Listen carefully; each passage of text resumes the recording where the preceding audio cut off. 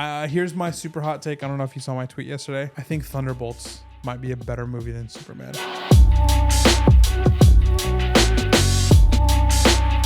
Hello, everybody. Welcome to episode 38 of the Comic Room Pod. I am your host, Spro, and with me, as always, is Mr. Longbox. Hey, everybody. What's going on? What up? Big week. A lot going on. We got Daredevil. We got CinemaCon and like a million things announced at CinemaCon. And then we got a WonderCon recap. So it's going to be a jam-packed episode, but we're going to do our best to keep it on time. Yep. So an hour and a half from now, we'll be done. We'll hopefully be done. We know you don't believe us, but we will. So, thanks for watching. We appreciate it. If you do enjoy this content, give it a like. Subscribe to the channel if you haven't already. And if you're a Spotify, Apple Podcasts, Amazon Music listener, thank you so much. Yep. We know there's a few of you out there, so thanks for listening. Shout out you guys. Yeah. You can follow us on Instagram. I'm at Spros_comics, and he is at Mr. Longbox. Yep. And let's get right into it. So let's do it. I'm gonna go first because I'm gonna let you bought a massive book at WonderCon, and I'm gonna let it marinate a little bit. So my show and tell, WonderCon for me was mostly quote unquote business purchases. But I did buy probably like a few books for personal out of like 20, 25 that I bought. And this book was a book that I needed to get, but I totally forgot about until I saw it. So if you've been listening to this podcast for a while, you know that I've been collecting all of the Doom covers from the Silver to the Bronze Age. I'm missing the Doom prototype from Tales of Suspense. And I was missing one other one that really just flies under the radar because it's not comic book format, but it is from a magazine that is has a ton of iconic covers and a ton of Steranko stuff. And so this is Foom magazine, issue number 4. And this is a very fine copy. He had 3 copies, and honestly, right now I'm kicking myself that I didn't buy them all. Really? Yeah. Wow. Okay. Because I bought the highest grade off of him, and then he told me that he sold his nicest copy, and then he had like, I think it was 2, but maybe 3 more copies of this they were just like really dirty, that were like total like press and clean candidates. But I just was like so dialed in on one, like accomplishing what my goal was at WonderCon for the video. That'll be coming out next week. And then 2, I saw this and I just totally forgot about this cover. So Foom magazine number 4. I think really cool. Yeah. Is this Steranko? No, I think this is a Kirby. I think. Let me check actually. Because I know Steranko does. This has a back cover also, like a really nice one. And I know Steranko has done a decent amount of covers for the Foom magazine. He did some like Hulk stuff. Mm-hmm. But I don't know if with Foom if it was repurposed or not. So here you go. Take a look at that. Foom. Oh yeah, it's Jack Kirby. It's cool. I love it. Yeah, but like Foom 1, classic, 1973. Yeah. Wow. So I got that for, I think a pretty good deal, and then he had the other 2 for like way cheaper. So Foom has a ton of awesome covers. Some Steranko stuff, some Kirby stuff. I think I I know where you went because it was mostly magazines and treasuries. Yeah. He had a bunch of that stuff in there. I was looking for the comic buyer's guide with the first like unofficial Electra. Yeah. I didn't have it. I would have bought it. Yeah, because I was looking for that. Man, yeah. So he's actually a guy that I've bought a few stuff from in the past. I bought the Cat issue 1 from him at oh my gosh, what's it called? Shortbox Live. All right. So I've been shopping from a while, and I was eavesdropping while I was at his booth, and he sold his business and moved out of state, and then like started up a whole new business. So it's all like brand new inventory. So I thought that was pretty cool. That is cool. Well, I had a good time at his booth. I looked through everything. Yeah. We have like 4 or 5 different copies of Savage Tales 1, you know, if you wanted to get the first man thing. It's pretty, it's kind of fun. So there we go. My Doom collection. That's a really cool piece. It's unique, you know? Yeah, so I'm gonna clean it up a little bit. I mean, there's not much you can do about this foxing. But yeah, I'll clean it up a little bit and then just put some white out on it. CGC won't mind. Yeah. They won't even notice. I'm sure they won't.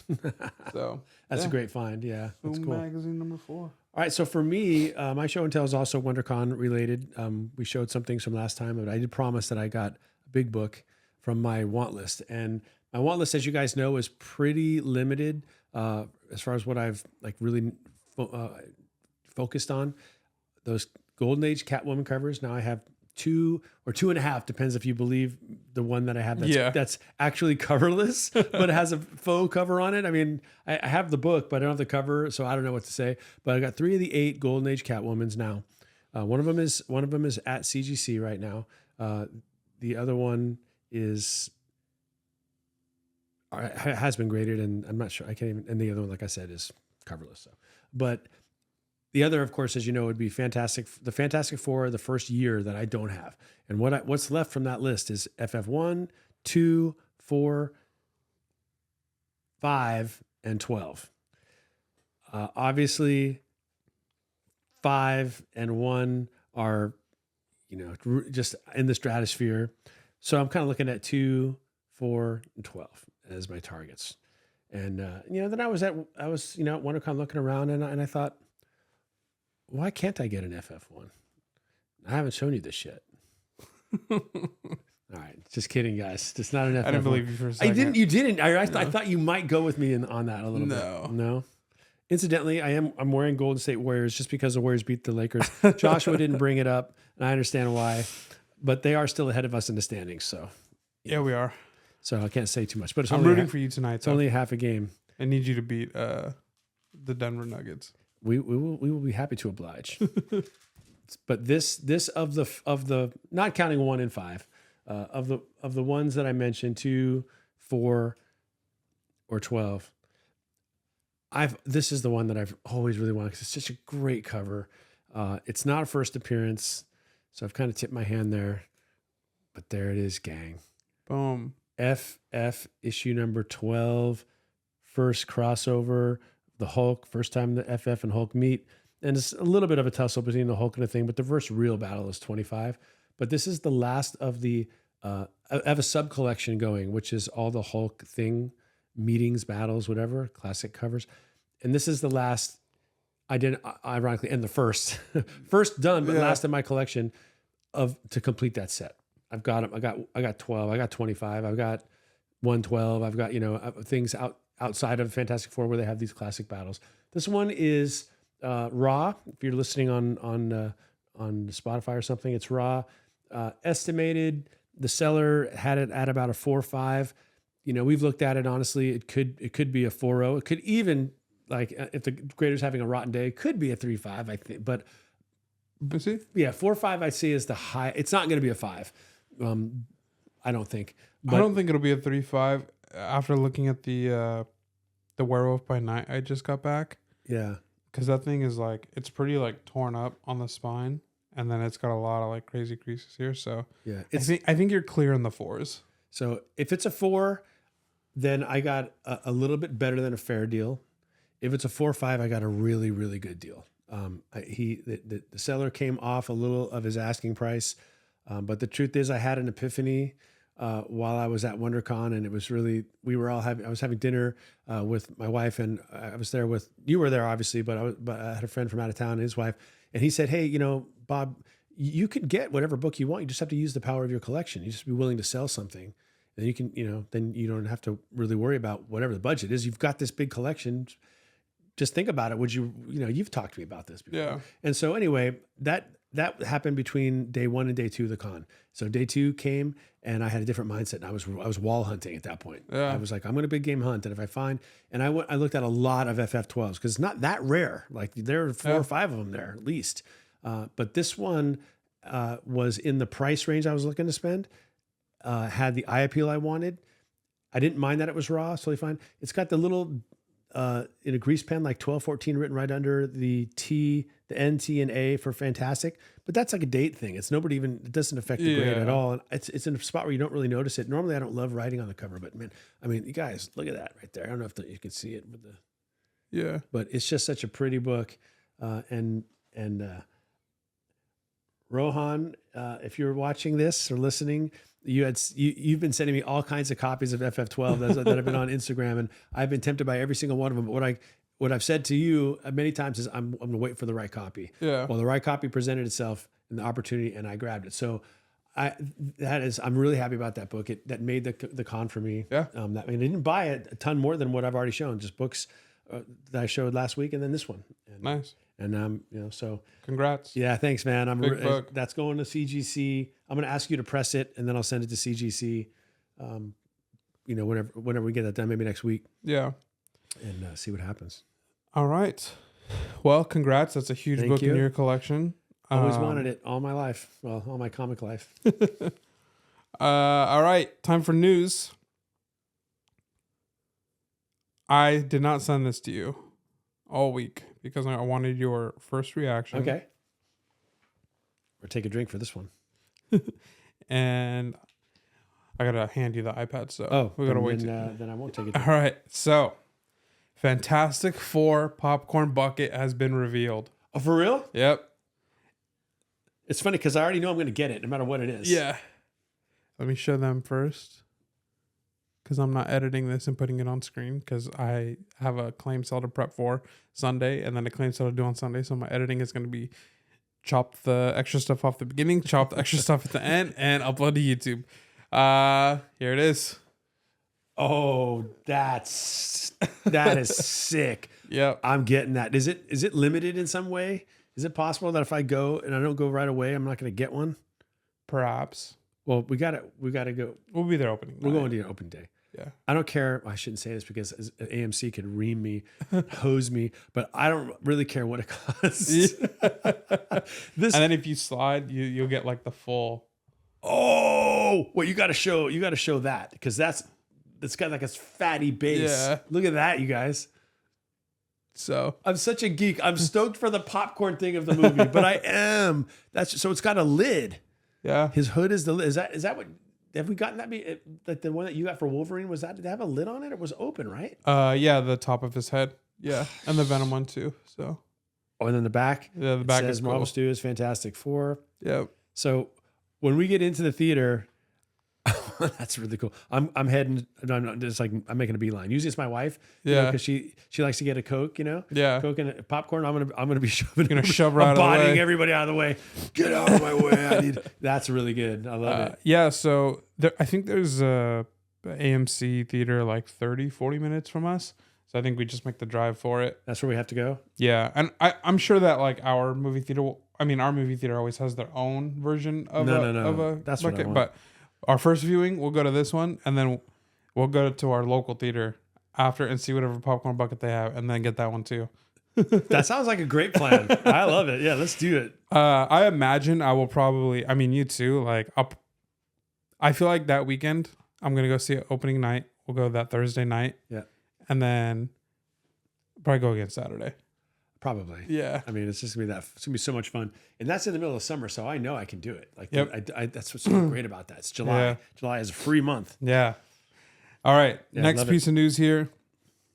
The Netflix Daredevil showrunner Eric Olson said that Netflix's season 4 would have been quite different than Daredevil Born Again. He said it was a Typhoid Mary story. Okay. And that it was going to go in a different direction, and that they were going to circle back to the Bullseye storyline in season 5.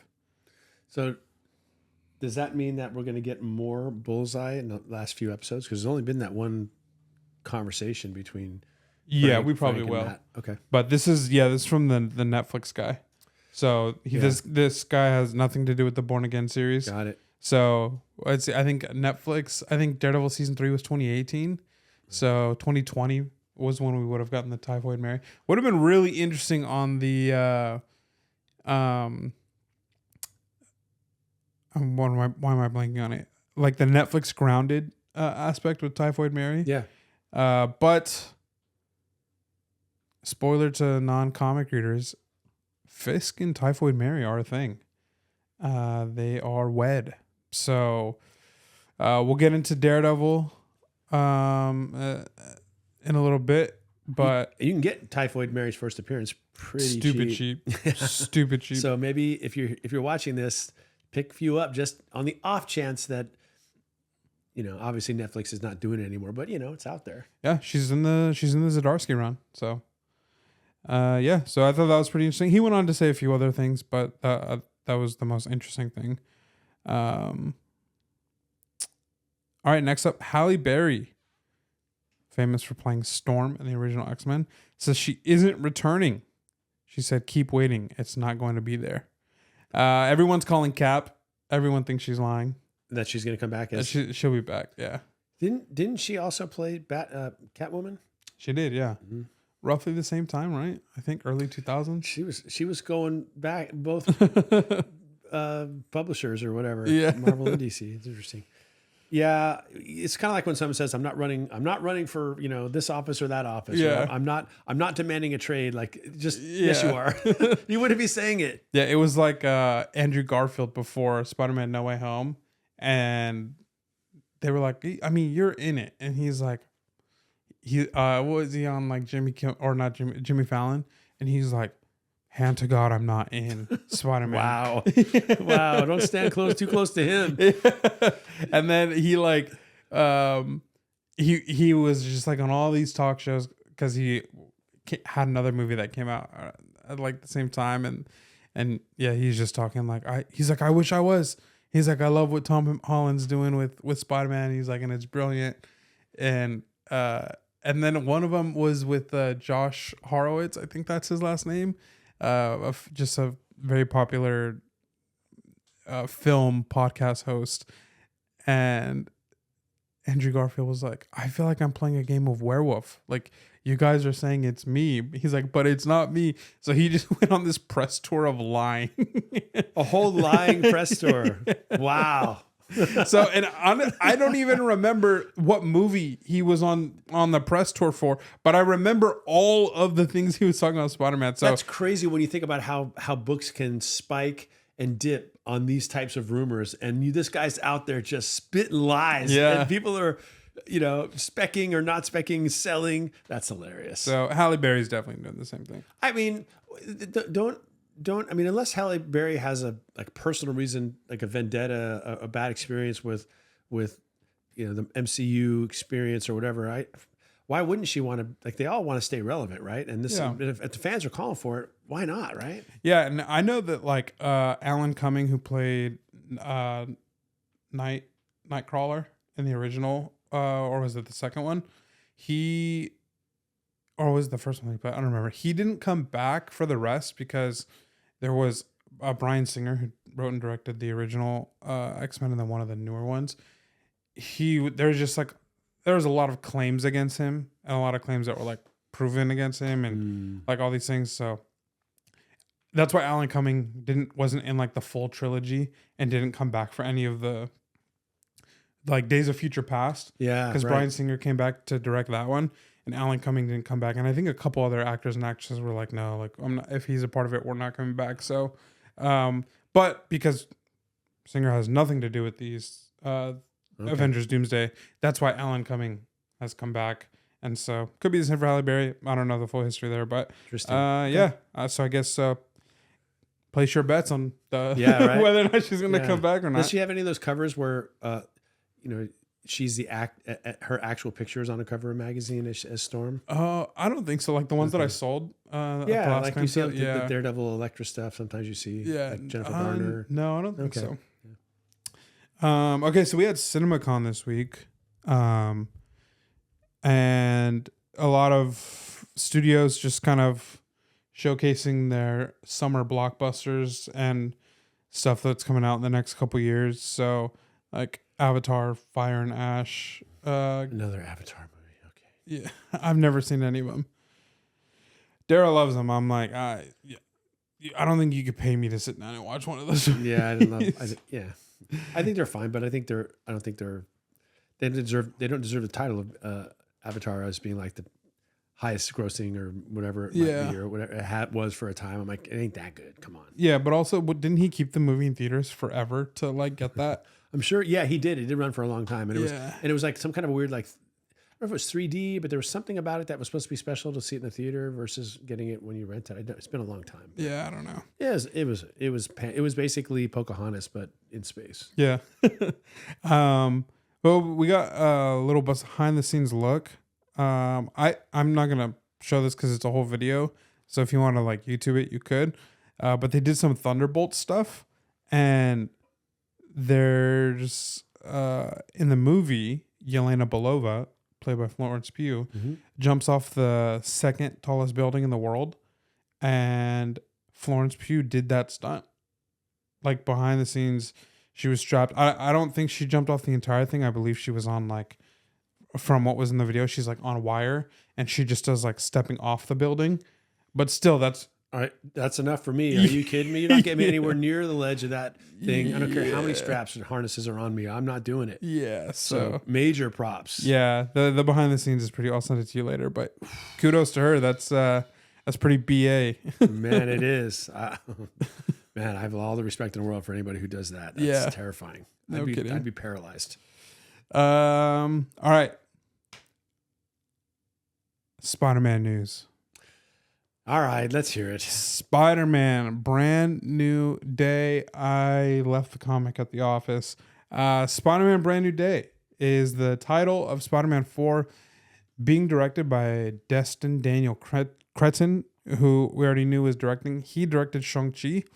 Shang-Chi is an okay movie, but what makes that movie so great is everything that Destin Daniel Cretton did in that movie. Like the direction, some of the beautiful shots, the fight scenes, like those are cool. The movie lacked in like storytelling and writing, and just being like Disneyfied in a lot of ways. Like that little like whatever that creature was, like that was just to sell plushies, and toys. But everything about like the fight scenes in that movie were the bus fight scene. Yeah, that was great. So this dude knows how to do action. And so if Shang-Chi had, those incredible fight scenes, I'm super excited to see. So you're optimistic that this is a good development. Oh yeah, big time. So I'm really excited to see the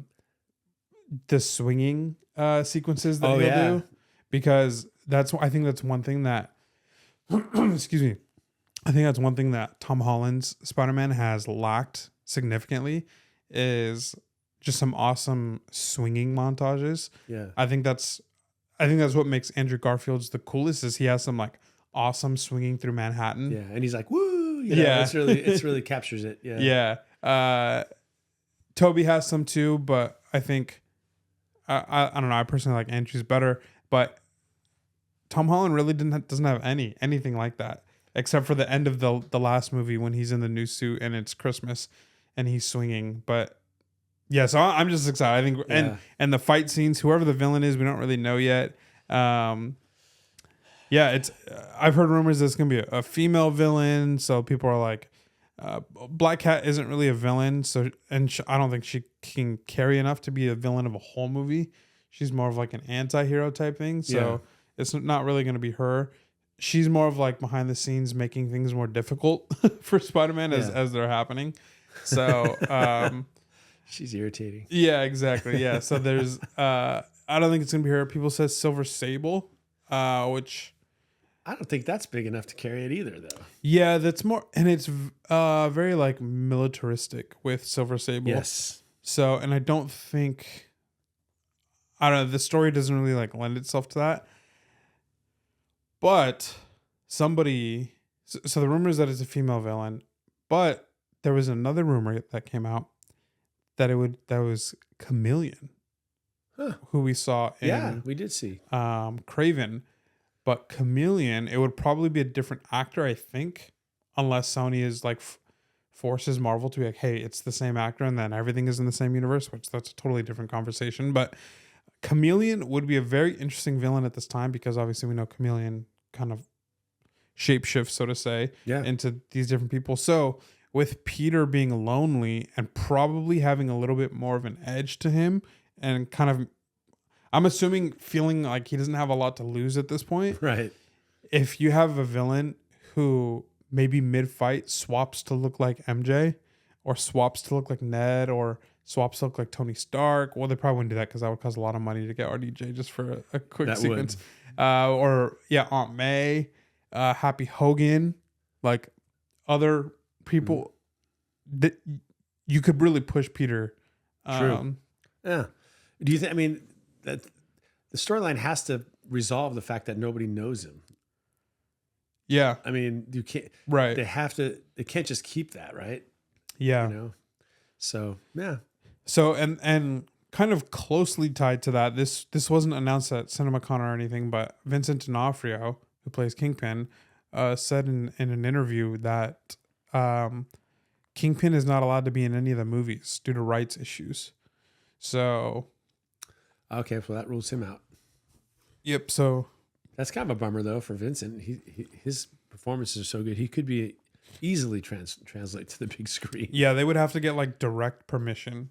It would have to be like I think they'd have to like sign it. Like Sony would have to sign a deal. Like we get X amount of money from like our X percentage of revenue, whatever. So Both probably. yeah. So yeah, we'll see. I'm excited for it. Okay, Avengers Doomsday and Secret Wars. We already had the big cast announcement last week. But biggest thing that we learned is they are building sets. So there was like they showed like a drone shot going over the place in London, I think is where they're filming. And it's just cool seeing construction. There was like the little like Avengers kind of like helicopter or like Quinjet landing thing that was being built. So there's some cool stuff there. The Russo brothers recently did a movie on Netflix. I think it was called The Electric State. That was critically got demolished. But I've heard it's good. It's been recommended to me by a couple people, different people. Really? Yeah. I haven't heard a single person say it's good. Well, you should talk to Jeff. Yeah, the internet is saying it's horrible, and so because it's getting trashed and like it's got a horrible rating on Rotten Tomatoes, apparently Kevin Feige is like, okay, I need to be a little bit more hands on the movie. So he's actually on set, and it's apparently going to be a little bit overseeing. Sorry, I need to make the connection, and I didn't. My apologies. Is the Russo brothers directed The Electric State? They wrote and directed The Electric State. That movie flopped terribly. It was like a $300+ million budget for a straight to streaming movie, and it's getting obliterated right now. So it's okay. So Kevin Feige, after all this, it's being reported that his whole thing is like, okay, I need to be there now because I don't know if can't afford a flop. Yeah, exactly. So apparently he's going to be a little bit more hands-on. I don't know if that means with story, but it looks like he might be like a helicopter parent. So, okay. Yeah. Okay, I'm going to save FF for last. Yeah. Because actually we don't have a trailer, so we'll go next. So we're going to talk about Superman a little longer because there's actual footage. FF trailer shown, not released yet. So have you heard anything? I have. So it depends how much you want me to spoil here. Go for it. I don't mind. All right. So trailers not been announced yet, or sorry, not been released yet. So this is technically spoiler territory, but I'm going to be talking about descriptions of what was shown at CinemaCon. So this is stuff that has been shown to the public in a private setting and not to the general public yet. All right. So click away for a couple minutes. All right, here we go. First thing. Silver Surfer is in this trailer. Shalabal, Julia Garner, is in the trailer, and she. Oh, I didn't save the. So Julia Garner is playing Shia LaBeouf. Yeah, Did I not know that? I think there was a lot of rumors that Shia LaBeouf was the. You're the movie guy. You know way before me. I think it was being reported that that's who she was playing. Okay. And I don't think it was ever like actually confirmed. I think this is our first official confirmation. Okay. But I think pretty much everybody. So Silver Surfer 1. Yeah. And Silver Surfer 9 with that great cover where Norrin Rad is holding her on the board and looks like she's dead. She's like, Yeah. yeah, great cover. I'm looking there's a quote from her where basically she just like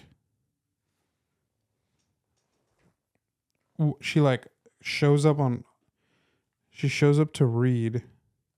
She like pulls up to Earth and So man, I can't find this so quote. she's playing Shia LaBeouf. Shia LaBeouf is not the surfer though, right? We know there's a female surfer, or is that going to be the surfer? It is that is the Silver Surfer. Yeah. Wow. All right. Okay. That's actually pretty big news. So yeah, no Norrin Rad for now. This is our Silver Surfer. I can't find the quote. She basically. Right. You have to paraphrase. We're on a time schedule. I know. It's just like it's such an important. I thought I saved it, but I didn't. So my apologies. Oh, here we go. She shows up to Reed Richards and she says, "Are you the protectors of this world? Your planet is now marked for death." So she's being a herald. She's a herald. Wow. Okay. Well, then that's it's interesting because that makes Silver Surfer 1 go up, even though it's not that surfer, but it's still the first appearance of Shia LaBeouf. So there you go. Yeah. And if you didn't get a copy, it's too late. Like you had your chance. We've been talking about this. Everybody has for a year. Matt Shackman said this. The idea is that they, the Fantastic Four, are the most famous people in America because they're adventurers, explorers, astronauts, not because they're superheroes. And they come back and they're superheroes on top of it. But primarily, they're astronauts, they're family. So, okay. He says also there's no Easter eggs, there's no running into Iron Man or whatever. It's just the FF. I'm actually glad of that. He also said that this is very much about the spirit of the space race. It's about JFK and optimism. It's imagining these four going into space instead of Neil Armstrong and Buzz Aldrin. This idea is that that's the part I already read. So that was before of it. Mm-hmm. So yeah, very space race, back to the 60s, 50s. I think that's great. When the astronauts were the most popular people in America. It's appropriate we talk about this today, since today the SpaceX space tourists, whatever they were, came back to Earth. They flew around the pole. Oh wow! Yeah, that was first time ever. They'd always go around the planet this way, but they went around this way. I don't know what the advantage is or whatever, but we'd never been done. But they splashed down off the coast of California about an hour before I came here. Wow! Yeah, it was cool to watch. That's cool. I watched it on TV. I don't know where in California it was, but. So I feel like we have a space, not a space race, but we're getting back into space exploration. So that might lend itself to the popularity of this movie if they're really going to lean into that, because it was a really cool time in our history when nobody thought going into space was even possible. Then suddenly the Russians did it, and then we're racing to try to land on the moon. And I mean, it's amazing history. So I love that they're folding that into this. FF3, and FF7. Yeah. With the flying saucer and Planet X and all that stuff. Yep. All right, let me read this. This is a detailed description of the footage shown. Okay. There's some other reveals that I haven't revealed yet. All right. One of which that I think you're gonna celebrate. All right. Oh, okay, good. The footage opens with our titular family / superhero group being brought onto a talk show. It is established that the Fantastic Four have been around for a good while in this alternate universe of the MCU and are beloved by their society. Sue Storm and Reed Richards arrive late to dinner with Johnny Storm and Ben Grimm, but to make up for it, she announces that she is pregnant. Yes. Let's go, Frankie. FF Annual 6. I mean, it's already hot, but get it while you can. Franklin Richards. All right. Johnny congratulates the couple, saying Sue will make a great mom and joking that Reed has some work to do. Things seem to be going well in this dimension until the Silver Surfer, played by Julia Garner, comes to Earth and warns the Fantastic Four that the world has been marked for imminent destruction. The shadow of Galactus is shown looming over New York, and the Silver Surfer tells our heroes they are in a race against time to save Earth from destruction. A civilian asks Reed Richards if they're going to be okay, to which he answers, "I don't know." We see him consumed by his research, burdened by their heroic responsibilities. Sue and Reed make a promise for the future of their child, and we are shown Reed giving a speech and telling the public that the Fantastic Four will protect them. The trailer ends with a shot of the Silver Surfer riding on the iconic board away from the burning flames of an explosion. Here's my theory, okay? Okay. Here's my theory about the movie. Reed is a bit of an egomaniac at times, especially when it comes to his family. So the fact that his wife is pregnant makes me think that there's going to come a point in the movie when they're trying their best to save the world from destruction from Galactus, and they realize they can't, and Reed is going to make a decision to take his family into the multiverse to save his kid. And he's going to completely sacrifice his entire world for his kid. Wow, that's a big theory. Yeah. Okay. So, wow. So he sacrifices his world. So he knows his world is doomed. He doesn't even try to save his world. He just, no, I think he will. I think they're trying. Sorry, I don't think he will save the world. I think he will try to save his world, and I think that they'll fight Galactus and everything. And I think they're gonna come to a point where like this is like we've lost, and then Reed's gonna be like, "There's only one decision to make here, and it's not to keep fighting and sacrifice ourselves with our world. It's to let our world die. We hop into the multiverse. I'm gonna save my pregnant wife and child, and I think that their world is that would doomed. be that would set up for some interesting story arcs moving forward, because imagine the whole foundation of this fighting group is on a colossal failure. Like, Yeah. that they could not protect their world, which would make Galactus a lot scarier. Yeah. You know, because you don't really believe it, because he never actually does it.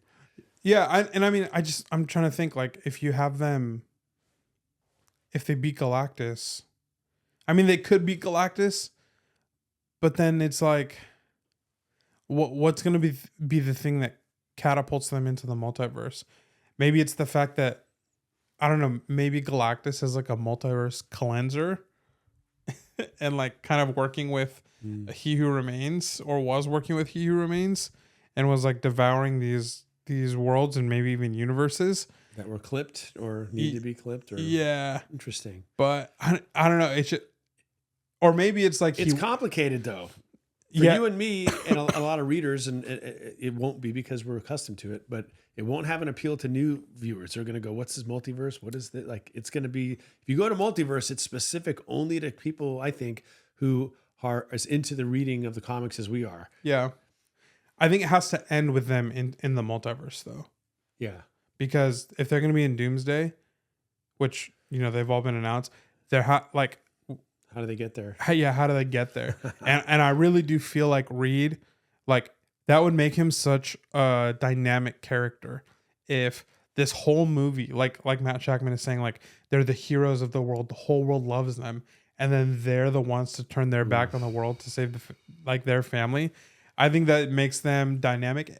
But I mean, you could argue like that might not make them like the pure FF and superhero team, but It would be a tone shift, and we're saying we need this to be different than what they've done before. yeah. So I'd go with it. You know, And that would make, you know, for the viewer going into Doomsday and Secret Wars, then the whole time you're like, do I trust Reed fighting alongside like the Avengers that I've loved for Right. 10, 15 years.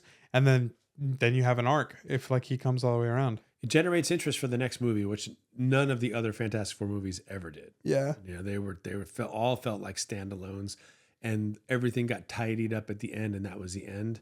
And you didn't leave really with much on your mind, you know, Right, about yeah. the movie. But that, they went that way, I mean, you have to be thinking about what next. Like, where do they go from here? And how is there another Fantastic Four in the universe they're going to, or at least another Reed Richards? And like, you know, and they got to carry this baggage with them, guilt, but I did it to save the family. Like all those conversations that could be had. Yeah. Oh, interesting. Well, I guess we'll find out in July, right? In July, 3 months away. I'm ready. I'm so ready. And I'm going to get that popcorn thing too. So I'm excited. It should be interesting to see what happens with them. Yeah, it is. It's going to be, I mean, I've said so much about how excited I am about the movie. I don't even need to repeat myself, but everything I'm seeing and hearing just gets me more excited to see it. Yeah. So, and I'm not going to be bummed if my theory doesn't come to fruition. But it's a wild theory. Like if it does, I think that would be amazing because it's a pretty intense prediction. I mean, look, Infinity War is one of the best Marvel movies of all time. And the heroes lost at the end of that. Yeah. And I think maybe we just need to see that. Yeah. I think. Well, because otherwise, because it raises the stakes. That's always been a challenge with comic books and movies based on comic books is that the heroes always win. Yeah. And it's just a question of how are they going to win? And that can be really fun and interesting, but it's a whole lot more interesting when you think, well, what if they don't win? Yeah. They might not win. There might be a cost, a price, you know? Yeah. Or what's a win? Like in this, what is a win? Yeah. Is that a win or is it not? Yeah, right. Exactly. Is he good or is he bad for that decision? So yeah, I think you could have them win and defeat Galactus, but I think the connection to them and the because there has to be a direct line from this to Doomsday because this is the last movie before Doomsday. So the fact that they're in it, I think you have to have some sort of like, you have to set them up clearly to be in that movie. And you can do that, like Matt Jackman said, all without Easter eggs. Like you can just have them lost in space again. Like, yeah. So, FF, let us know your thoughts. And Franklin Richards may be born in this episode, may not be born in this episode, but he's now promised. Yeah. Let's FF go. Manual 6. Yes. And others that have been mentioned on this podcast. Yeah. Yeah. All right. Last piece of news here. It's a lot of news. Superman. Why don't you go first? Yeah. Because I've been yapping. Well, okay. So Superman dropped Warner Brothers, I should say, dropped a 5-minute excerpt from the movie that probably a third of it we've already seen. They're playing it before the Minecraft movie. So the Minecraft movie came out this weekend. Yeah. So it seems like it's a marketing strategy for kids, like to get kids to come see the movie. That actually clarifies some things that I had. Yeah. And so you can, if you haven't seen it, you just go to YouTube and just type Superman preview and it's there. And at first you'll think you're watching the old trailer because you're going to see the first trailer where Superman hitting the snow, being knocked out, and Crypto showing up and dragging him off toward the Fortress of Solitude. But then it all changes because it's kind of cute because you kind of love Crypto, right? He's just a dog. He doesn't like a dog, and he shows up to the Fortress of Solitude, and you see it like emerging to greet him, like it's not there, but then it obviously senses him, and all the things shoot out of the snow. It's really cool. And then Crypto just sits there and barks. Yeah. And then suddenly the doors open up, and right away, and this is where it diverges from the first trailer. These robots come out, and they're like, "Oh, Superman! What's happened?" And they pick him up, and the robots are explaining, because Superman says thank you, and they're like, "Well, we don't need your gratitude, or we don't accept. It doesn't mean anything to us because we're just we're servants, and that's all we do." And then there's there's a new robot. So obviously they're self-perpetuating because there's a new one that Superman has not met yet, and that's number 12 or number 8 or whatever the number was. And I thought this was cool. They revive him by putting him in a chair, and they swivel this chair toward this window that has all these magnifying glasses, and they say this nothing. They diagnose, and it makes you wonder what caused all these injuries to Superman. But you got a broken rib, you got this internal bleeding, but nothing that a little sunlight won't fix. And they open this window and they put this ultra magnifying glasses, and the beam hits him, and then it looks like it's hurting him, but it actually heals him, because in the next cutaway scene is some of the footage we've seen, like when he slides in front of the girl and protects her, and then you see some new fight scenes that we haven't seen in there. Obviously, you see the Green Lantern and Lex and what's the other character's name that I can't think of? Metamorpho? Yeah, Metamorpho. Why can't I remember that name? Anyway, and it looks like there's some little jokes that are for kids. There's a little bit of that plushy R2D2 feel with the robots, slightly in a couple of moments there. But then you also see a part where it's clear that one of the robots is damaged or killed or whatever, and so they're going to make these robots, at least one of these robots, I think, sympathetic. Like it's gonna have a personality. Yeah. So, well, am I missing anything? Is that pretty much the whole? Yeah, there is a scene from the old trailer where there's like a robot that's dying or dead, and Superman's like mourning over him. Yeah. So I showed that again. So, but now you have a context of what that would be, because now you know that they're the ones that hang out in the Fortress of Solitude, and which had All-Star Superman vibes all around it. Because that's you immediately think about that, because those guys are roaming all over the place. Yeah. In All-Star Superman. So I don't know. I'm not going to peer into that too much. I think it has more to do with something for the young people to buy toys with or something. So what do you think? Did it get you more excited? I think the emotional parts of it did. Again, it's the same. They're no doubt hitting the same note that they hit with the first trailer, which is this is going to be a feel-good movie. This is going to be get behind Superman, and it's straight ahead. He stands for good things, and he's going to fight against people and entities that don't. Yeah. And he's going to save the cat in the tree and the boy from the falling stuff, and he's going to become a symbol of hope. We see that flag again, that we saw from the first one. So I wasn't anything new that made me go, wow, this is I didn't see this coming. It was just more of an affirmation of what we saw before. Yeah. That's what I thought. Sure. So look, I want this movie to succeed. I know what you're going to say. Okay. I want this movie to succeed because I think it boosts everything, right? The movies become more popular. And then when the movies become more popular, the comics become more popular. And two sides of the same coin for that is more people are reading really awesome stories and digesting so much excellent art in a world full of, or on a social media and internet full of junk AI art and junk AI stories.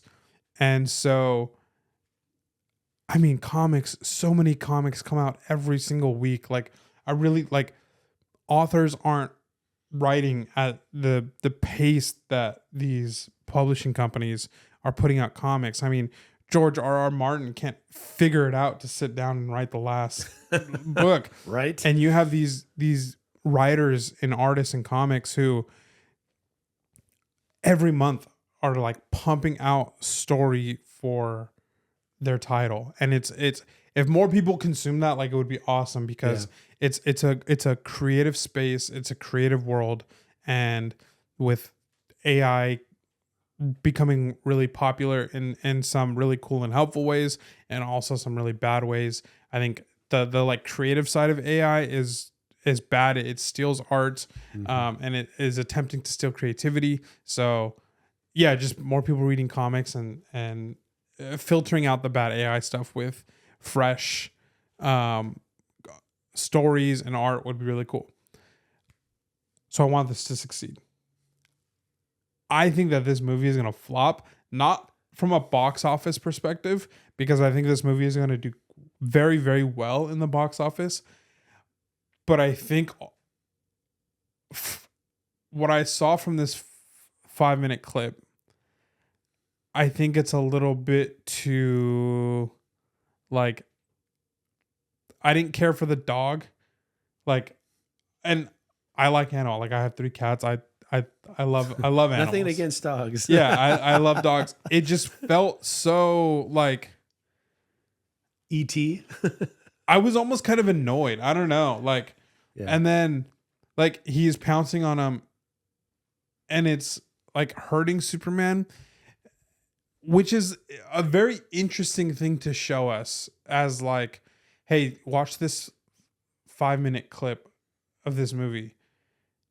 And this whole thing, right? Like this whole like Superman James Gunn compared to the Snyder Cavill Superman is like this is your symbol of hope. This is like we're going back to the golden age Superman. And we don't know how he got hurt, so we don't have that context. Right. So, and at this point, if they're not going to show us that context, then I'm not going to care about it. He's getting a dog is jumping on him, and physically he looks fine. He just looks like he's in a lot of pain, and this dog is like pouncing on him, and he's like crying, like wailing out, and it's like this is you're not a beacon of hope. You're a baby. Like you look like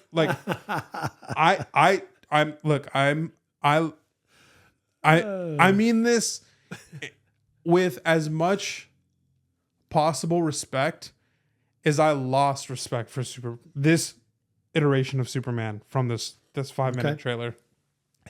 And then like him getting healed and like just like him like just the physical, like he looked uncomfortable and like yeah, they were saying like lung displacement or like broken ribs or something like that, and like he's like the strongest being in the universe. Yeah. And it was just so frustrating. Maybe watching it was all a dream. And then but then like you have this like I'm not a Snyder cultist. I'm like some things I like about the Snyder movies, some things I don't. I think Henry Cavill as Superman was great. I think that they jumped into the death of Superman a little quickly. But I think Cavill is like an awesome Superman. There's a scene in, I forget which movie it was, but where Henry Cavill Superman flies to the sun. And it's this awesome scene of like, he like, there was like death on him. And his like face was like, you know, his cheekbones were like really showing, and his face was like really skinny. And he flies up to the sun, and he's just like floating in front of the sun. And then he starts to get life back, and he becomes alive again. And then he like the healing has completed, and he's just floating before the sun, and there's like strength and newness to him. And I think that scene of him being healed to the sun compared to this scene is just really the difference of, to me, of like the definition of like Superman. Like, I don't know, just seeing Superman cry and be in pain that a dog has to drag him. And then these robots like carry him, put him in a chair. And then he's like crying and in pain again. And it's like, there's nothing like he doesn't have like green residue on him. Like that would have even helped that scene a little bit. Is right. Like there's no green residue on him. Lex Luthor isn't anywhere to be seen. Like so we don't have any context, and that's their fault for not giving us context. That's the decision that they made. So I kind of lost hope. Oh man. Okay. Well, that's fair. I don't know. I mean, like you said, we don't know what has caused Superman to be in this state of vulnerability. So I'll give him the benefit of the doubt, but I do agree it's clearly not going to be. It's not going to be, you know, Avengers Endgame kind of, you know, it's not aiming for that Well, it's the start. level. This is starting something It's new. Yeah. just I think and they're banking on the box office, here to really respond. I see it as kind of like a E.T. the extraterrestrial Superman version. I think they're really going to go for that age, that they really want the whole family to go to see this movie 3 or 4 times. They want the kids to be wearing Superman shirts. And that may not appeal to you and me in the same way. I don't think it will, because we're like, I want to see all-star Superman. I want to see him like fighting cancer. Like I want to see, because it's more sophisticated. Yeah. It's just, it is. And I think what DC is, or what Warner Brothers is doing here, is saying, we're just going to go. They're owning it as a virtue. Whether it turns out to be one, I don't know. Like I think I agree with you. It's going to be a box office hit, but I don't think you and I will be necessarily satisfied on that sophisticated story notes. I don't think. I still think I'm expecting to have a good time in this movie. Like Deadpool and Wolverine, for example. Yeah. That's not trying to be deep about anything, No. It isn't. And it's just, you know what you're getting into when you see it. And so you just kind of roll with the jokes and you leave, and it's, it was an entertaining 2 hours. This one, but then when we went to, I keep using Infinity Wars, Avengers Endgame, because that's the one that everybody thinks of. But any movie where it's definitely the emotional beats are for grown-ups. It's like the sacrifice that Iron Man, or that Tony Stark makes, the dealing with the sudden loss of all their friends, in the movie before it, just all the blip and all that. You're not going to show that to kids. Like you just won't, because they can't handle it. Warner Brothers wants parents to bring their 6-year-olds to this movie. So we're not going to get what we really, you and I really want to see, like that gritty, I don't even have to say gritty, just more sophisticated storylines. Yeah. I'm okay with that. I'm okay. I think it'll be fun. I'm all right with it. Even if they do show a vulnerable Superman, and I'm okay with it. But what it comes down to for me though is I want to feel something. Like I always want to feel something when I go see a movie. It needs to be like, I don't really get too bent or out of shape about whether it's something that's comic book accurate or that's something to talk about. But if a movie makes me feel something, I'm mostly going to be, except for Revulsion, probably, but I'll probably be happy about it. And for a movie to make me feel something, it's got to have a good story. And I don't know, and we still don't know what the story is. And one other thing I didn't mention though, but we have talked about it before. There's just a whole heck of a lot of villains in this movie. Like I'm trying to figure out how do you tell a clean, concise story arc with so many villains. Yeah. I mean, they're everywhere. There's like 5. And every one of them is an epic villain or hero or whatever. There's so many. And I'm like, how does this be a Superman movie when you have so many other things, Yeah. I was able to look past Nathan Fillion as Guy Gardner, and just like, I understand Guy Gardner's character, but, and I said this when the first trailer came out, it's like, how am I supposed to take it serious when like this guy's best friend, like he just keeps casting him in these movies? And it makes sense, like in Guardians of the Galaxy 3, like he cast Nathan Fillion as like one of the security guys in that planet that they went to go, right? Like whatever it was for Rocket to like keep him alive, that's funny. It's not serious. You're not supposed to take it serious. But Guy Gardner, while he's not a like super serious character, he is a serious character when it comes to Green Lantern lore, big time. And so, like, nothing against Nathan Fillion, like everything I see him in is fine, but again, like that's just like one of those like meta things that like kind of is, you just know that him and James Gunn are like best friends, and then it just like the Hawk Girl and Mr. Terrific, and then Metamorpho and Lex Luthor, and now you got Crypto, and you just have so much and a ton of Lois Lane scenes. Did you notice after? I didn't even mention that. He must have kissed Lois Lane 5 different ways and times, right? I mean, it was so many different moments with Lois Lane. Yeah. So they're going to explore that story arc too. It feels like how are you going to dig into much? Which gets back to what I'm saying. I don't think there's going to be a ton of depth with this movie. I don't think it's going to be sophisticated. Yeah. I think it's going to be a lot of John Williams-esque soundtrack with inspiring shots of Superman flying through the air and saving people. And families are going to love it. Yeah. We're digging into, things like Daredevil Born Again, and maybe for us it's not going to have the same satisfying feel to it. Yeah. I think we can agree on that. But it's going to be fun when we come back from the movie and we talk about it, because we probably won't agree on everything, which will be fun. We can I hope I'm wrong. Like, right? Like when it comes to the my FF, the theory I just projected and put out there, like, if I'm wrong about that, but I don't hope I'm wrong. Yeah, right? of course not. I'd be like, oh, I hope my theory works out. But with this Superman stuff, I'm like, yeah, I hope I'm like, if you make me feel like an idiot with this Superman movie, I think that's then you've succeeded. Mm-hmm. But if I feel vindicated walking out, that's not.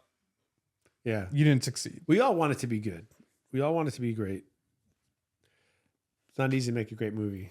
Yeah, so I'm just curious, Taika Waititi, he flew a little too close to the sun, right? A little quicker.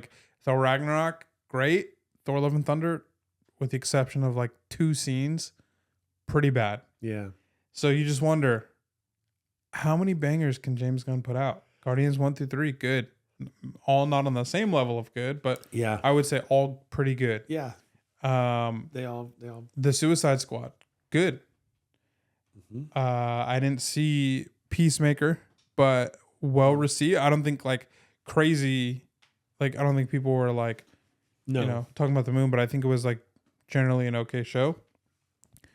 Can he do it again? I guess that's the big question: is can he do it again? He's being handed the blue chip property of all blue chip properties when you're talking about comic book movies. Yeah.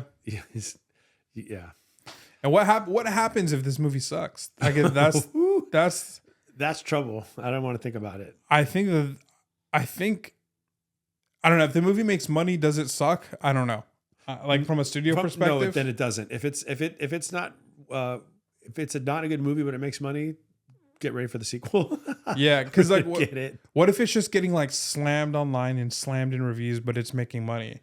Yeah. It's an obvious money generator. I think that's a real Superman. possibility. I think what you just said is a real possibility. I think it's going to make money no matter what, but I think there's going to be a lot of, I shouldn't say I think, I fear there'll be a lot of, hardcore comic book moviegoers who are going to be disappointed, and they might give it the Star Wars treatment online. Yeah. Just rail against it.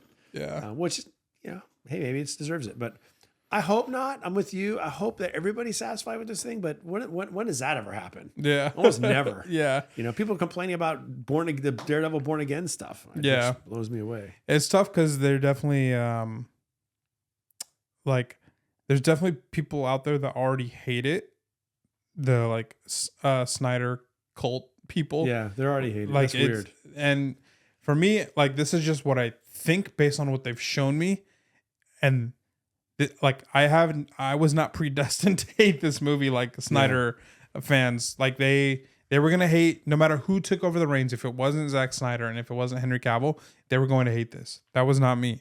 Right. But based on what the studio has decided to show me, this is how they've made me feel. So hate that, appreciate it, respect it. I don't know, up to you, but you can go back to before the trailer when I was excited and I really wanted this movie to take off. The trailer came out. I was like, didn't like the it looked like TV, right? Yeah. Some things were cool. Some things weren't cool. And then this brought it down another notch. So I don't know. We'll see. Here's my super hot take. I don't know if you saw my tweet yesterday. I think Thunderbolts might be a better movie than Superman. That is a hot take. Wow. Because I'm not really all that interested in seeing Thunderbolts myself. But here's the thing. Thunderbolt, the actors in Thunderbolts are top tier actors. Florence Pugh, David Harbour, I'm forgetting the guy that plays, I'm forgetting his name, John Walker, U.S. Agent. him. Bucky Barnes, I'm forgetting his real name. Yeah, he's good. Yeah, I don't know that. I don't really know the actors' names much. I only know the really obvious ones. The guy who plays U.S. Agent. He was in what was the name of the show? Under the Banner of Heaven. Did you see that? I don't think about so. the Mormon like sub cult. Oh, I saw that was a show, right? Yeah. Deb watched it, and I kind of came in and out. So I saw Andrew Garfield was in it. Yeah, Andrew Garfield was the main. I watched some of it, and kind of got the gist of it. Yeah, but it was dark, man. That was dreary. Yeah, oh wow, it was crazy. Yeah, he was insane in that show. And then Florence Pugh. I mean, just go look at her IMDb. She's crazy. Yeah, she's good. So, yeah, that's my hot take. Okay. But anyways, let's move on. Okay. A quick WonderCon summary. Yeah, it's gonna be real quick because I've shown almost everything I got true. Between last week and this week. The only thing that I got in addition to what you see here and what you saw last week is I got a book signed, and I got 2 posters signed. And I'll bring those next week to show because I think they're cool.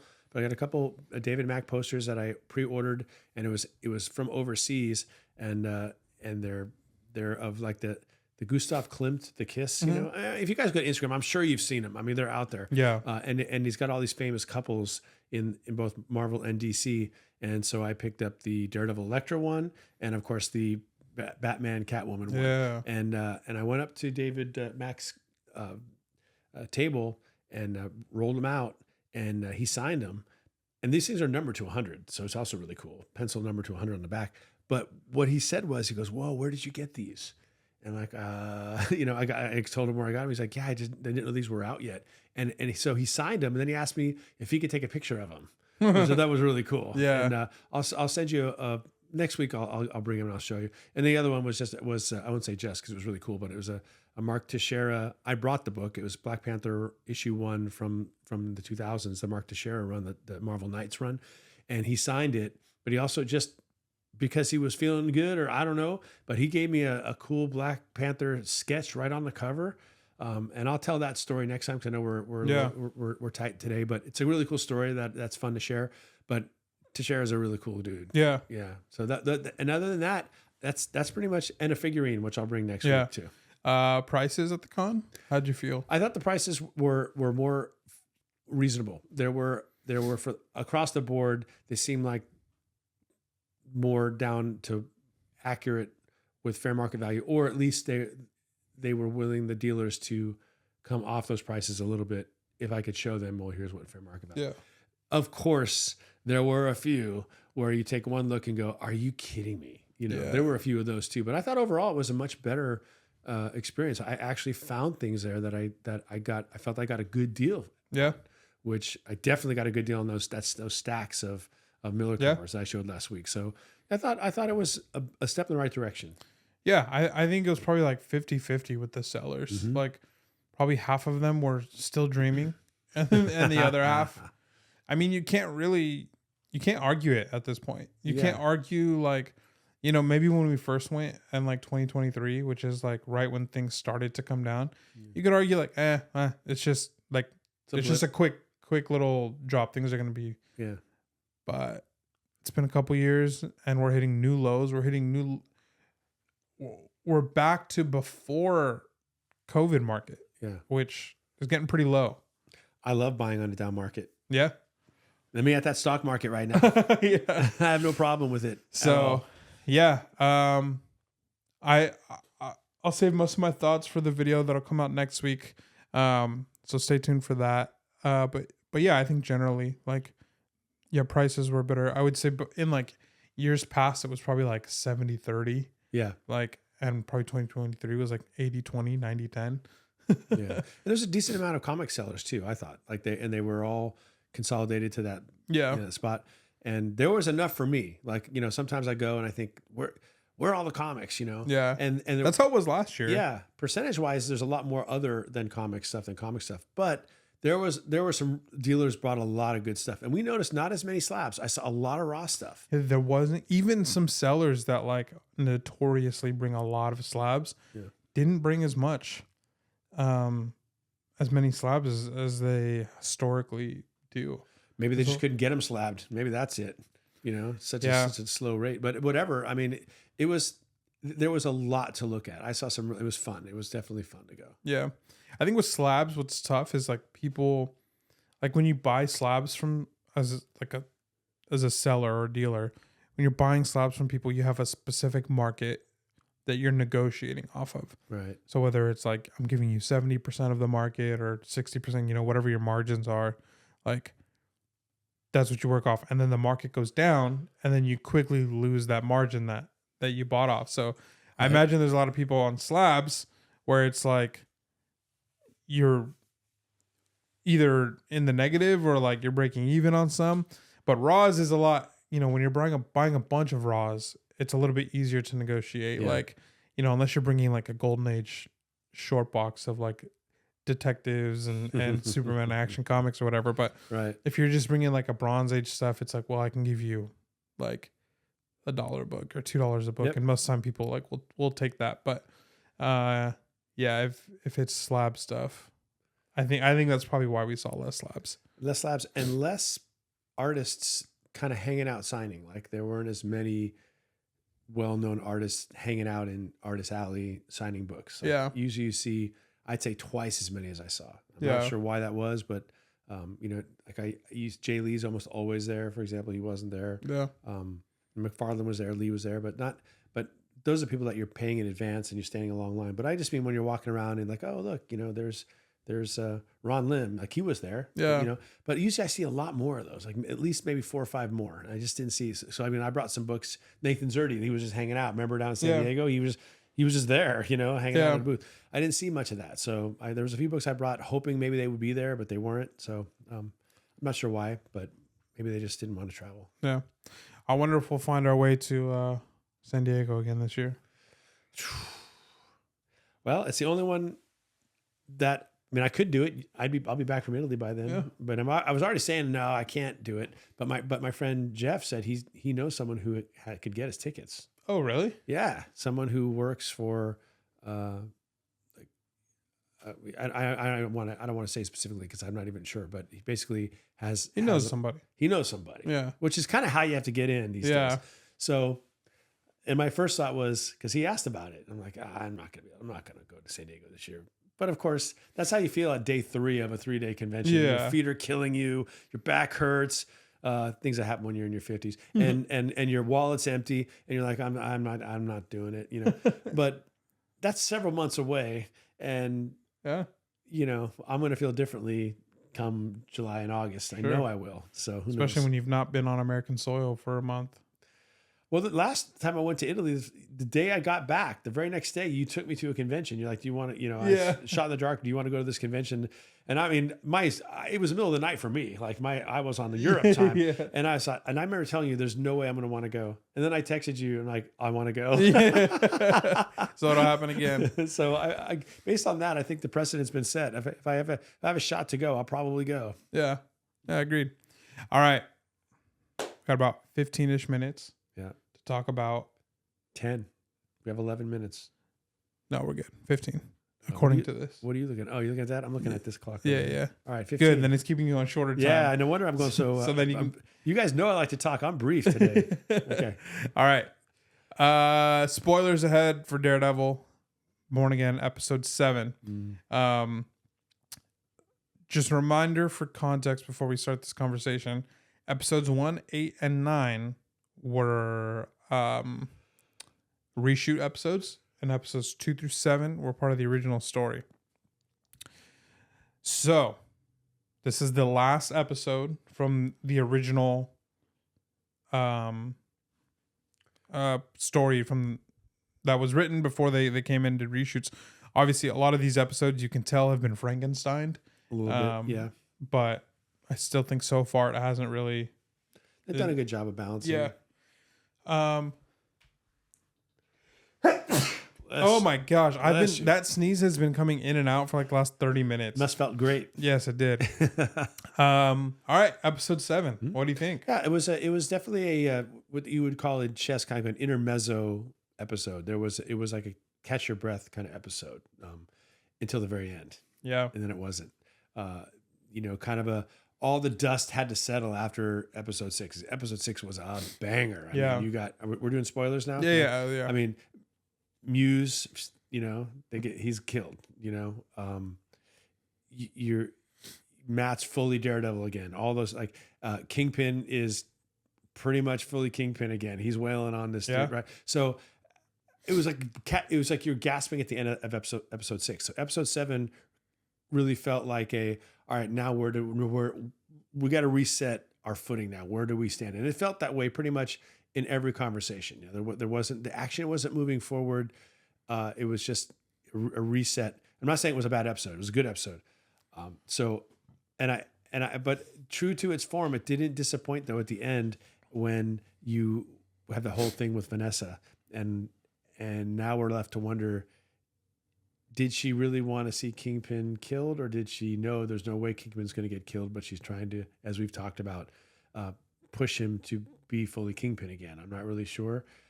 Would Kingpin retaliate against her if he thought that? Wait, what do you think happened?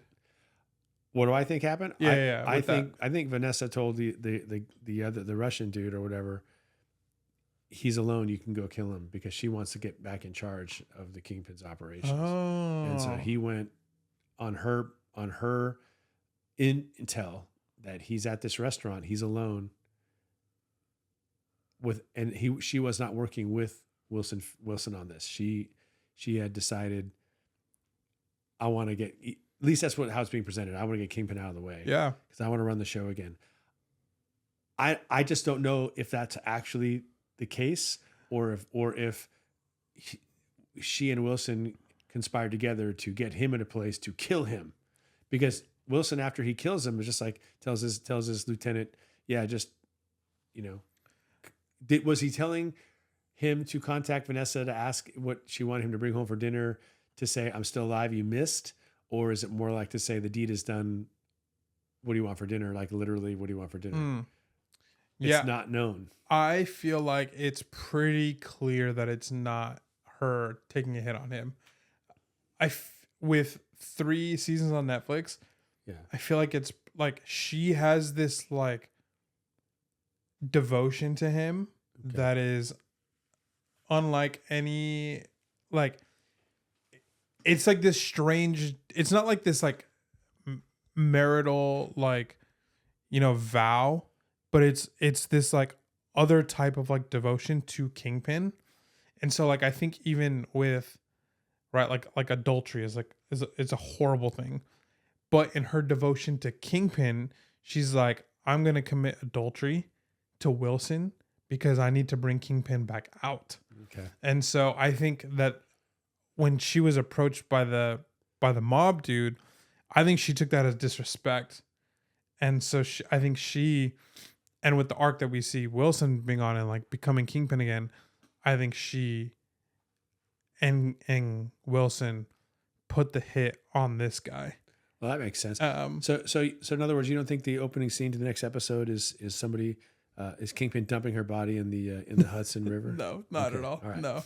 I think she just has too much respect for him, and I don't know. I think there's way too much history and lore behind their relationship for her to, and there's like not enough for her to just be like, all right, it's time to take him out. Like, I'm done with this.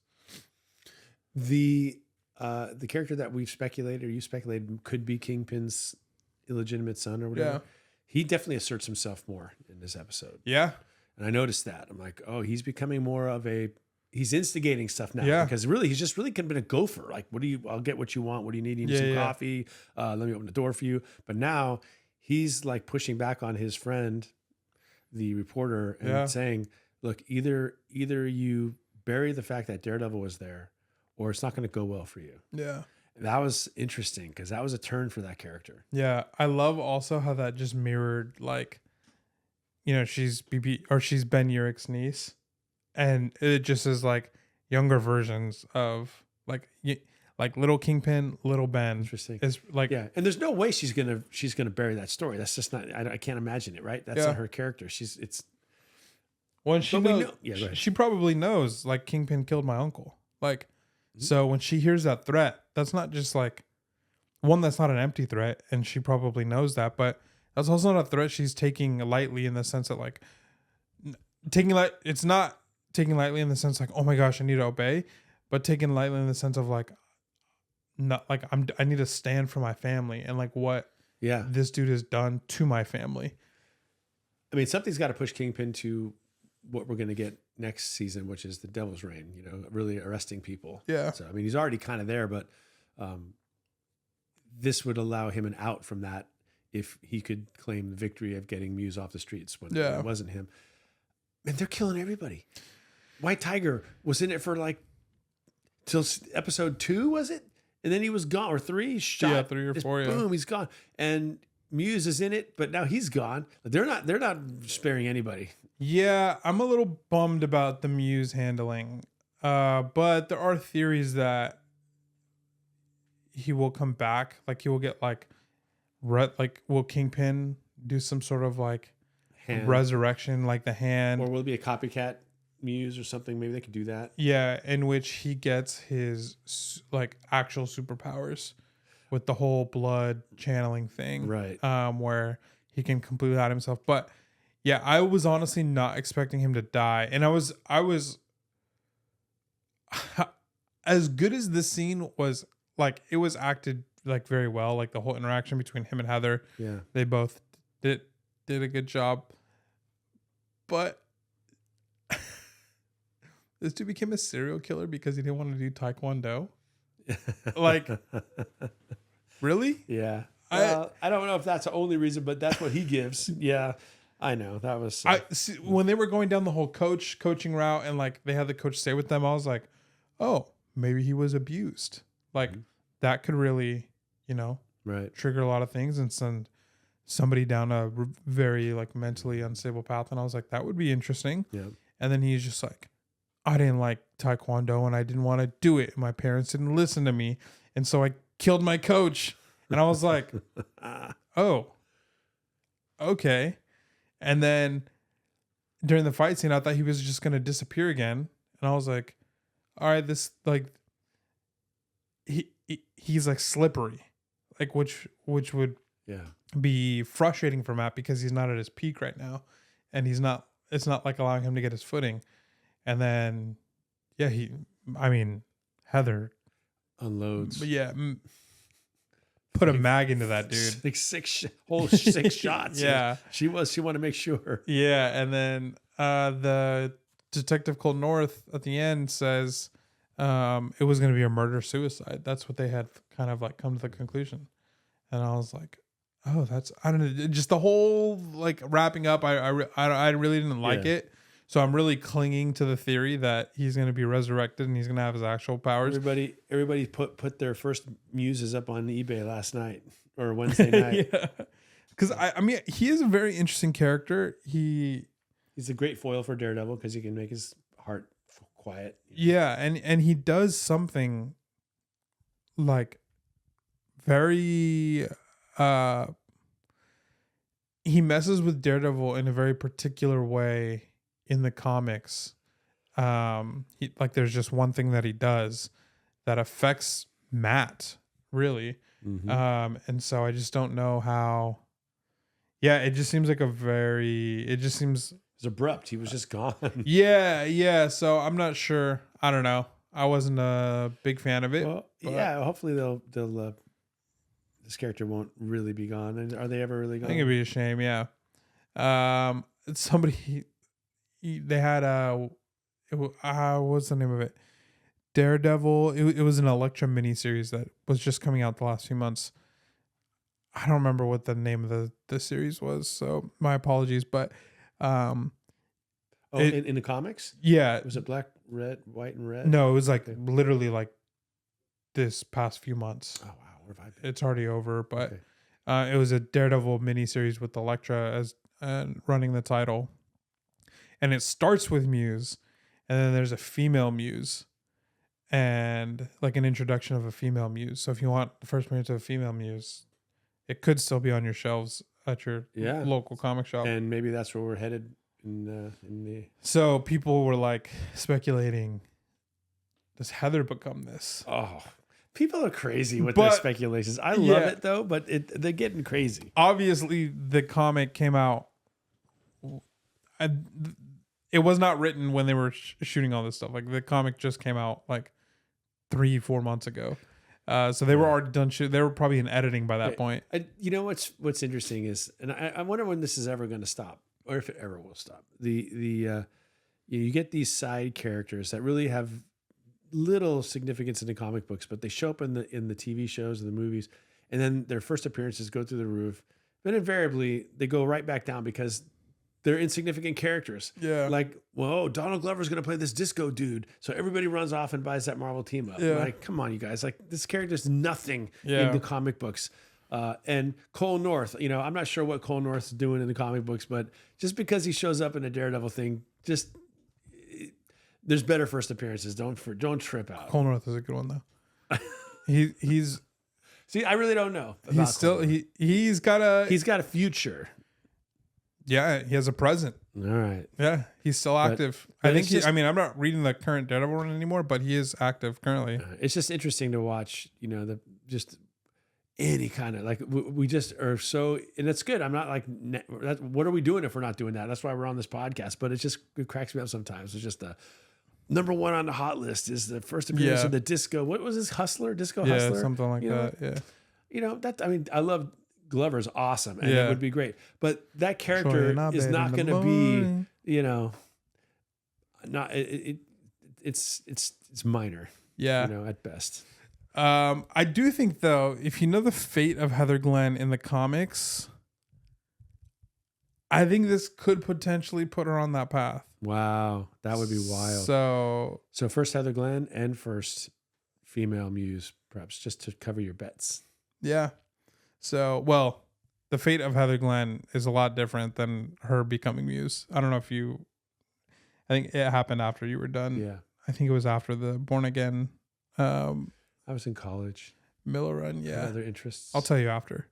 I don't want to spoil it. Well, if you don't want to know, I won't tell you. But. Yeah, don't tell me. I'll read it. I'm gonna read it. I got a bunch of Daredevil to read. I think it happens in like a random, like somewhere in the 200s. Oh wow. Yeah, it's like a random thing. Okay, tell me. But yeah. Overall, I think it was the worst episode of the show so far. It didn't have the energy. Yeah, I was like a little bored throughout, and then the Kingpin's, or I was going to say Kingpin's son, but our theory is that it's his illegitimate son. That scene like perked me up a little bit. Yeah. The fight scene perked me up a little bit, and then he died, and I was just like really deflated. Yeah. So I just didn't care for the choices, but that's from the old show. So a lot can change. I don't know. I guess I'm just like copium, like hoping that Muse comes back because I think he's a cool villain. Yeah, he is. And then, yeah, I'm opposite you with the. I think they were on that hit together. So well, that would be I think a deeper story arc, which we've talked about, which is Vanessa the whole time pushing Wilson to become Kingpin again. Yeah. Versus, just it's still an interesting story arc, but not as deep, which is just her jumping the ship. Yeah. Just bailing. Which, if that's true, it'll be over next episode because she'll be dead. Yeah. And then he'll be hanging out with Typhoid Mary. I mean, yeah.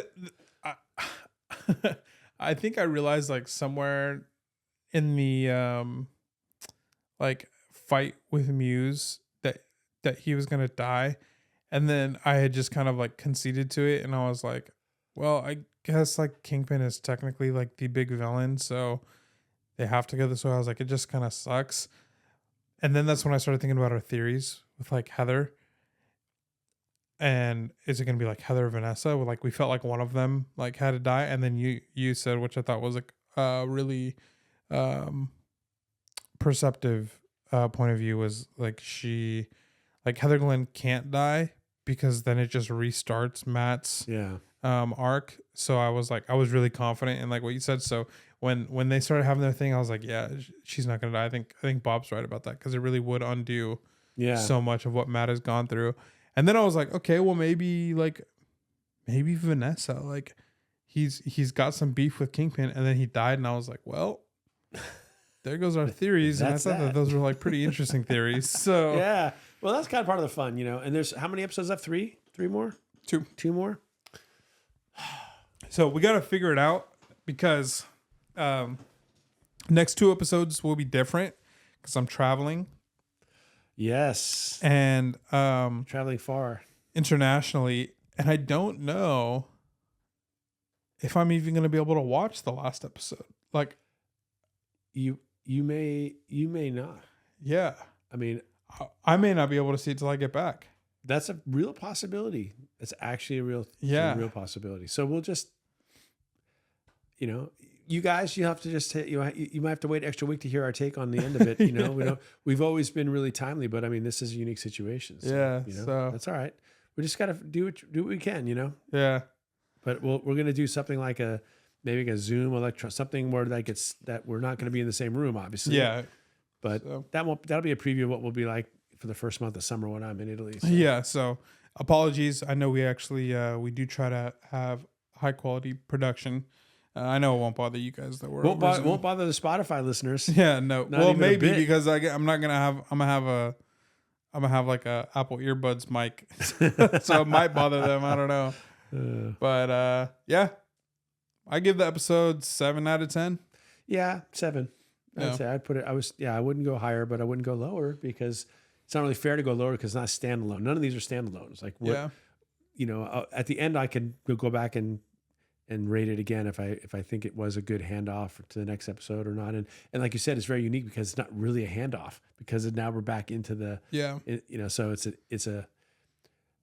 I think they've performed admirably. The editors need to get a raise. Oh yeah, because they had a lot of hard work to do to say, oh, here's a bunch of new footage.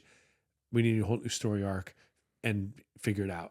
Yeah, and the fact like some of these Marvel movies that have been reshot, and then you can tell when something's like from the original, and like in this situation, you like can tell, but you can't. The only reason why you can tell is because it's not smooth from a storytelling perspective, not from an editing or quality of like production perspective, but you can tell there's there's just like small gaps and like it just doesn't connect as smoothly, and that's because like we said they're like Frankensteining this thing.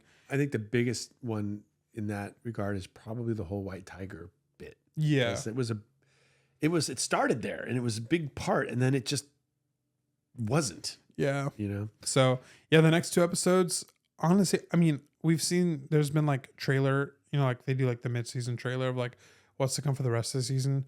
We know Punisher will be back, and we know there's a scene of Bullseye that's from the comics, I think, where he's smiling and his mouth is bloody and one of his tooth, like he has his tooth like in his mouth, but it's not like attached. Yeah. So which probably becomes a weapon in his hands. At that point, it's deadly. Yeah. So, man, that's the trio, the triumvirate for Daredevil is Punisher, Bullseye, and Elektra. Those 3. Yeah. You know, you put those 3. To me, I don't know. Someone might say Gladiator or something else, but those are the 3 to me. Like, we had Purple Man, but we're getting 2 of them in this. I really don't know how the show ends, like these last 2 episodes, because all of our theories are gone now. Yeah, I don't know what the arc. I'm not sure what arc we're on at this point. So, except the completion of the full return to Kingpin. Yeah. And full return to Daredevil. I think we already got that. Yeah. So I'm not really sure. So we'll just have to see. I mean, what's left is like now they have to merge or they have to meet. Yeah. Which that's kind of like the build up right now. And it'll be a war declaration because we know already that next season. I mean, I expect to see Matt in jail. Yeah. Honestly. And maybe Elektra running around as Daredevil. That'd be sick. Imagine this season ends, like the last shot is like Matt sitting in his room and just, ooh, wait a second. I just came up with this. Okay. I'm cooking right now. Okay. All right, let's go. This is the last thing I'm cooking. Okay. You remember in Daredevil season 2 when Elektra showed up and Matt had come home from his date with Karen? Yeah. And he walks into the kitchen and he's happy. And he's like, he cracks open a beer and he's like leaning against his counter. And then he like grabs a knife from the counter and he's like, he heard somebody, but the whole time he wasn't like paying attention. He was just so like distracted by Yeah. his like affection for Karen that he didn't realize. What if season 2 ends almost exactly like that?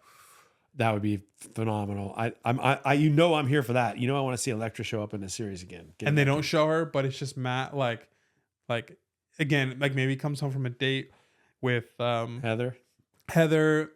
I don't know. Things have been like kind of quieted a little bit, and he's happy. He's like, he's finally recovered from the foggy situation. He feels like his life is headed in a better direction. Because even this episode, he said like everything has felt fake, and he's talked about how he gave this like little short monologue about how he's not himself. So maybe he gets to a point where he feels like he's himself, and he's in his apartment and he's feeling happy, and then he hears that heartbeat. And we all know. They don't even have to show her. She probably wasn't even in the room, but we all know who it is. Boom. That's my ending. Yeah, bravo, man. I want that. That Marvel, you're hearing this? This is what we want right here. Let me cook. Let me cook. And if that's true, you better get your hands on Daredevil 25, the recent series where he's in jail. It's that iconic cover. He's in jail, and it's when Elektra dons the Daredevil moniker and runs with that, which she still has. And that one is kind of low key at this point. You can get it fairly cheap. Yeah. But I would not wait. Yeah. Because they're going to tell that story at some point. Yeah. If they're committed to the Daredevil story arc in MCU, and they're not going to make them in the movies, they're going to do that one. They have to do that one. Did you watch the video I put out the other day? Mm-hmm. And I said like they should do like a special presentation with Elektra. Yeah. Let's go. Yeah. All right. Thanks for watching. Thanks for listening. I think we got in under. Yeah, we did. I mean, 137, hour 37. That's not bad. That's it. We kind of kept our promise, but we had to cook. Yeah, we had to cook a little bit. All right. Thanks for watching. Appreciate it. We'll be back. Next week might be in question just because I'll be traveling starting Friday. So check your notification. Put it on notification. Put that bell up. Notifications. We'll update you on Instagram, and I'll update you on like a written post on YouTube if something. But thanks for watching. Appreciate it, and we'll catch you guys soon. The next time we catch you guys. Yeah, soon. All right. Peace. Bye.